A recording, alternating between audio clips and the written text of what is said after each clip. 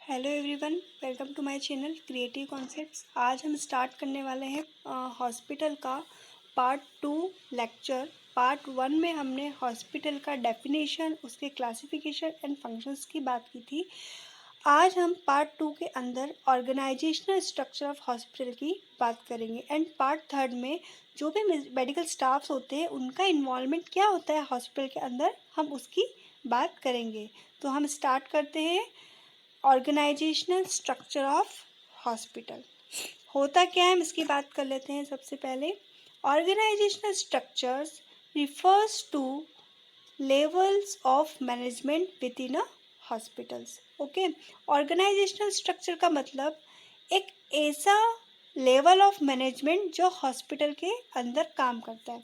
Hospital के अंदर का जो भी मैनेजमेंट होगा एक प्रकार से ऑर्गेनाइज फॉर्म में होगा, स्ट्रक्चरल फॉर्म में होगा, पर्टिकुलर लेवल में होगा। लेवल 1, लेवल 2, लेवल 3, आगे हम बात करेंगे सारे लेवल्स की। तो levels of management within a hospital refers to a organizational structure. Levels allow efficient management of hospital departments. Levels allow करते हैं इफ़िशियंट मैनेजमेंट को हॉस्पिटल डिपार्टमेंट्स के अंदर। हॉस्पिटल में अलग अलग डिपार्टमेंट्स होते हैं, like medicine department, pathology department, okay, other services department, OPD, IPD. तो अलग अलग डिपार्टमेंट में अलग अलग लेवल जो होते हैं वो इफ़िशियंट मैनेजमेंट को अलाउ करवाते हैं। The structure helps one understand the hospitals chain of command.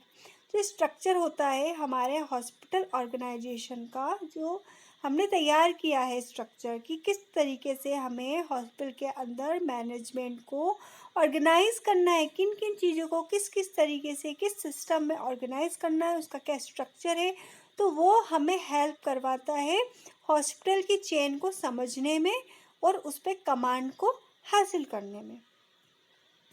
Now organizational structure varies from hospital to hospital.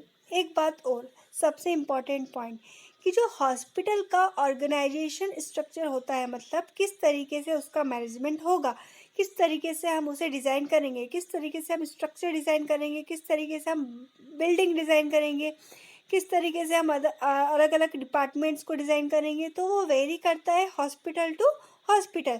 जब हमने क्लासिफिकेशन ऑफ हॉस्पिटल्स की बात की थी तब हमने देखा था कि अलग अलग टाइप के हॉस्पिटल होते हैं। यदि आपने वो लेक्चर नहीं देखा है तो आप मेरे प्रीवियस वीडियो में जाके पार्ट 1 हॉस्पिटल का ज़रूर देख लेना। मैं उसकी भी लिंक इस डिस्क्रिप्शन बॉक्स में डाल दूँगी, आप चेक कर लीजिएगा। तो हॉस्पिटल का organizational structure hospital to hospital vary करता है, ठीक है। Large hospital have complex organizational structure.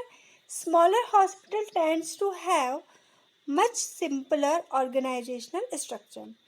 वही बात जो हमने लास्ट वीडियो में की थी कि यदि बड़ा हॉस्पिटल है, लार्ज हॉस्पिटल है, तो उसका जो ऑर्गेनाइजेशन करना होगा वो बहुत ज़्यादा कॉम्प्लेक्स वाला होगा, बहुत ज़्यादा टिपिकल होगा। बट वहीं स्मॉलर हॉस्पिटल्स के अंदर वहाँ का ऑर्गेनाइजेशन करना बहुत ही सिंपल होता है। Grouping of hospital departments within the structure. Hospital department को स्ट्रक्चर एज ए स्ट्रक्चर हम एज ए ग्रुपिंग कर देंगे। Hospital departments are grouped in order to promote efficiency of facility. Grouping is generally done according to similarity of duties, ठीक है। Hospital departments को अलग अलग group में डिवाइड कर दिया जाएगा जो प्रोमोट करेगा इफ़िशियंसी ऑफ फैसिलिटी, मतलब जो भी फैसिलिटी हमें हॉस्पिटल में मिलने वाली है उसे और इफ़िशियंट वो बना देगा। Grouping is generally done according to similarity of duties. जो भी ग्रुपिंग होगी वो ड्यूटीज़ के अकॉर्डिंग उसे, यदि सिमिलर ग्रुप है, सिमिलर ड्यूटीज़ है, सिमिलर ड्यूटीज़ है यदि हॉस्पिटल के किसी भी स्टाफ की या किसी भी डिपार्टमेंट की, तो उसकी ग्रुपिंग उस हिसाब से कर दी जाएगी। जैसे ABC 3 ग्रुप है for example, okay, ABC 3 department है, तो ए वाले का काम अपना एक अलग है, बी वाले का अलग है, सी वाले का अलग है, तो हमने इसे 3 ग्रुप में डिवाइड कर दिया, group A, group B and group C. Now traditional organizational chart, किस तरीके से हम हमारे हॉस्पिटल को ऑर्गेनाइज करेंगे। तो दिस इज़ द चार्ट, आप देख लीजिए। ये एग्ज़ाम में आप ज़रूर बना के आइएगा, ये मार्क्स गेन करने का बहुत अच्छा तरीका होता है फ्लो चार्ट बनाना। तो हम देखते हैं, सबसे पहले हॉस्पिटल के अंदर बोर्ड ऑफ कमिटीज़ होती है, ठीक है। बोर्ड ऑफ कमिटीज़ एडमिनिस्ट्रेशन करते हैं अलग अलग डिपार्टमेंट का। बोर्ड ऑफ कमिटीज़ के अंदर जो भी ऑनर्स होंगे, जो भी सीनियर स्टाफ होगा, जो भी R&D डिपार्टमेंट होंगे, वो सब आएंगे बोर्ड ऑफ कमिटी के अंदर। देन उसके अंदर कुछ एडमिनिस्ट्रेशन डिपार्टमेंट्स इन्वॉल्व होंगे, जैसे कि पहला इंफॉर्मेशनल सर्विसेज, दूसरा therapeutic services, third diagnostic services and fourth is and last is support services. अब इंफॉर्मेशन सर्विसेज के अंदर क्या क्या होगा, एडमिशन्स होंगे, बिलिंग होगी etcetera, medical records, computer informational, health education and human resource. Therapeutic services में PT, OT, speech, language, respiratory therapy, pharmacy, nursing and dietary. Diagnostic services के अंदर हम देखेंगे medical laboratory, radiology, nuclear medical, ER, cardiology and neurology. Support services के अंदर हम देखेंगे central supply, biomedical, house keeping, maintenance, dietary and transportation. तो this is all about the organisational structure of a hospital in a traditional flow chart. अब हम particular एक एक administrative department की बात करेंगे। तो सबसे पहले हम बात करते हैं जो 5 डिपार्टमेंट है, ये 5 डिपार्टमेंट जो है हमने इसको कैटेगराइज कर दिया है, अलग अलग की बात करेंगे। सबसे पहले हम बात करेंगे एडमिनिस्ट्रेटिव सर्विसेज की, फिर उसके बाद informational, therapeutic, diagnostic and support services की।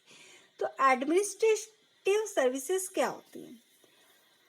हॉस्पिटल एडमिनिस्ट्रेटर्स, इसके अंदर आएंगे CEO, vice presidents, executive assistant, department head, business people who run to the hospital, ठीक है। CEO, vice president, executive assistant, department head जो होंगे वो एक प्रकार से एम्प्लॉय ही होंगे, बट बिजनेस पीपल जो होंगे वो होंगे जो हॉस्पिटल को रन करेंगे। Oversee budgeting and finance, administrative services का क्या काम होगा? फाइनेंस देखना और बजट डिसाइड करना। Establish hospital policies and procedure, hospital policies को इस्टेब्लिश करना एंड उसको प्रोसीड में लेके आना। Often perform public relation duties, public relation duties को परफॉर्म करना। अब नेक्स्ट सर्विस है informational services, document and process information includes, information services के अंदर हम क्या क्या करते हैं? डॉक्यूमेंटेशन वाला काम करते हैं, जिसके अंदर हम देखेंगे एडमिशंस, जो भी पेशेंट यदि इन पेशेंट से उसे एडमिट करने की रिक्वायरमेंट है तो उसका एडमिशन प्रोसेस जो भी होगा वो आएगा इंफॉर्मेशनल सर्विसेज के अंदर। Billing and collection, medical record of patients, computer information system, health education of nursing staff, paramedical staff, human resources HR। Now therapeutic services provides treatment to patients, includes following departments, ठीक है। अलग अलग departments होंगे therapeutic services के भी अंदर, जैसे पहला है फिजिकल थेरेपी, जिसके अंदर हम देखेंगे treatment to improve large muscle mobility. Occupational therapy, treatment goal is to help patient regain fine motor skill. Speech और language pathology, identify, evaluate, treat speech language disorder. तो this is all about the therapeutic services. इसके अंदर हम एक और चीज़ देख सकते हैं, रेस्पिरेटरी थेरेपी। ये वाली स्लाइड और ये वाली स्लाइड थोड़ी ऊपर नीचे हो गई है, तो आप इसे देख लेना, ऊपर नीचे आप कर लेना। बाकी ये नंबरिंग सिस्टम थोड़ा सा चेंज है, बाकी तो सब चीज़ें ठीक है। Respiratory therapy, treat patients with heart and lungs disease, medical psychology, concerned with mental well-being of patients, social services, connect patients with community resources, financial aid, etc. Pharmacy dispense medications. Dietary में आएगा, ये सब therapeutic services में ही चल रहा है. Okay. Dietary में आएगा maintain nutritionally sound diets for patients, sports medicines, provide rehabilitative services to athletes, nursing, provide care for patient. Now diagnostic services, information services की बात कर ली, थेरापेटिक सर्विसेज की बात कर ली, एडमिनिस्ट्रेटिव डिपार्टमेंट की बात कर ली. अब है हमारा diagnostic services. Determine the causes of illness of injury includes medical laboratory studies, body tissues, medical imaging, radiology, MRI, CT scan, ultrasound. Emergency medicines provides emergency diagnosis and treatment. Support services provide support to entire hospital. ये जो services होती है पूरे hospital को एक support provide करती है, इसलिए हमने इसका नाम रखा support services. Includes central supply, order, receives, stocks and distributes equipment and supplies.